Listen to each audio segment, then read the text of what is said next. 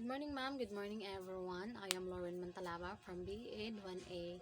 The first question is, what are the purposes of RA 7836? To strengthen the regulation and supervision of the practice of teaching in the Philippines. And the number two, what is the term used of RA 7836? Philippine Teachers Professionalization Act of 1994. And number three, what are the two objects of RA 7836 as stated in Article 1, Section 3? A. The promotion, develop, and professionalization of teachers and the teaching profession. And letter B. The supervision and regulation of the licensure examination. And number four, what is the primary concern of teaching as defined in the definition of term? The profession concerned primarily with classroom instruction at the elementary and secondary levels in accordance with the curriculum prescribed by the Department of Education, Culture, and Sports. Part-time or full-time basis in the private or public schools. And number five, what are considered as teacher under RA 7836? All persons engaged in teaching at the elementary and secondary levels, full-time or part-time basis, industrial arts or vocational teachers, other persons performing supervisory and administrative functions in all schools in the aforesaid level and qualified to practice teaching under this act. And number six, are college instructors considered as teacher under the RA 7836? Why? For me, yes, other persons performing supervisory and administrative functions in all schools and the aforesaid levels and qualified to practice teaching under the act. And number seven, give at least five duties and or functions of the board. And A, promulgate, administer, and enforce rules and regulation.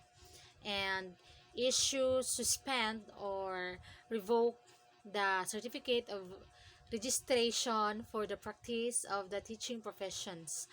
And prescribe and collect examination and other fees as it may deem improper, and administer oaths in connection with the administration of the act.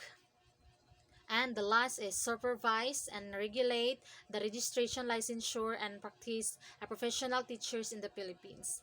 And the number eight, all applicants for registration as professional teacher shall be required, or what type of exam? Undergo a written examination which shall be given at least once a year in such places and dates as the board may determine upon approval by the commission. And the question of number 9, under the scope of examination, why it is necessary to separate the examination for the elementary and secondary school teachers?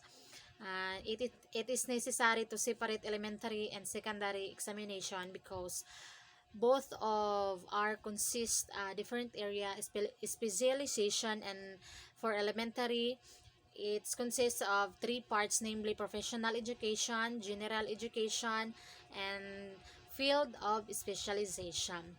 And the last, number 10, provide at least 5 offenses committed by a licensed teacher to be exempted from the registration under Section 23. Letter A, conviction for any criminal offenses by a court of competent jurisdiction. And letter B, immoral, unprofessional, or dishonorable conduct.